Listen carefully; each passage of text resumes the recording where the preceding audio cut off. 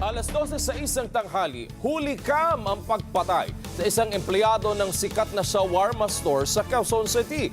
Ang sospek, dating kasamahan sa trabaho. Ang sa otoridad, isa sa nakikitang motibo sa krimen, alitan sa trabaho ng sospek at biktima. Jimbo Tejano, magbabalikan. Sa pool sa video ang lalaking nakasombrero.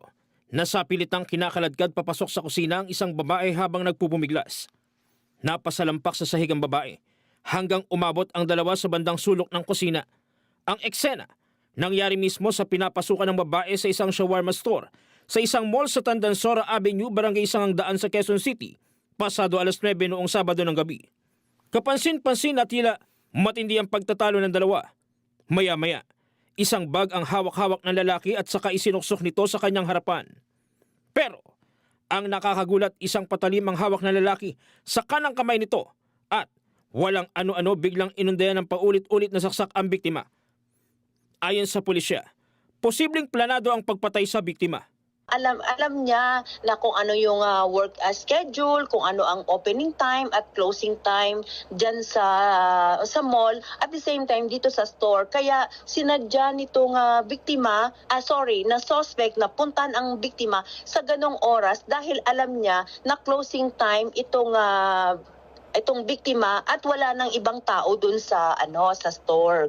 Tila hindi pa nakontento ang suspect. Makaraang kumuha ng mas mahabang patalim sa kusina at pinagtataga ang babae.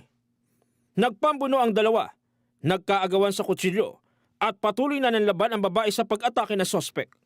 Saglit na wala sa kamera ang dalawa hanggang sa mapatakbo ang lalaki palabas, pero sinundan ito ng biktima habang ito'y duguan.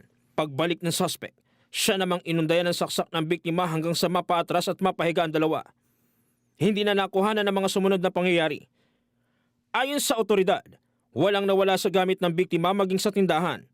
Isa sa nakikita ngayong motibo sa krimen, dating alitan sa trabaho. Ito pong suspect at ang biktima ay dating magkatandem dito sa mga stores at dati na silang magkasama sa trabaho for several months at nakaraang lamang 3 weeks ago ay nangyaring kinumpronta nitong biktima, itong suspect, patungkol dito sa discrepancy ng kanilang inventory report.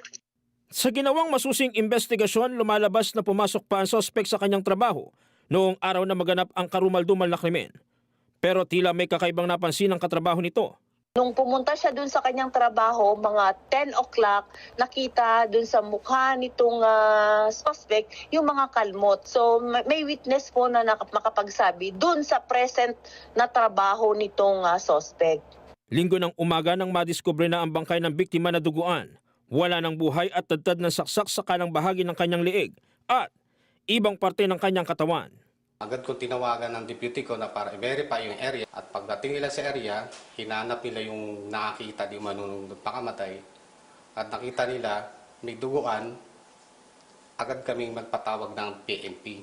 Pinakordonan ko yung area at pinuhold ko po yung nakakita.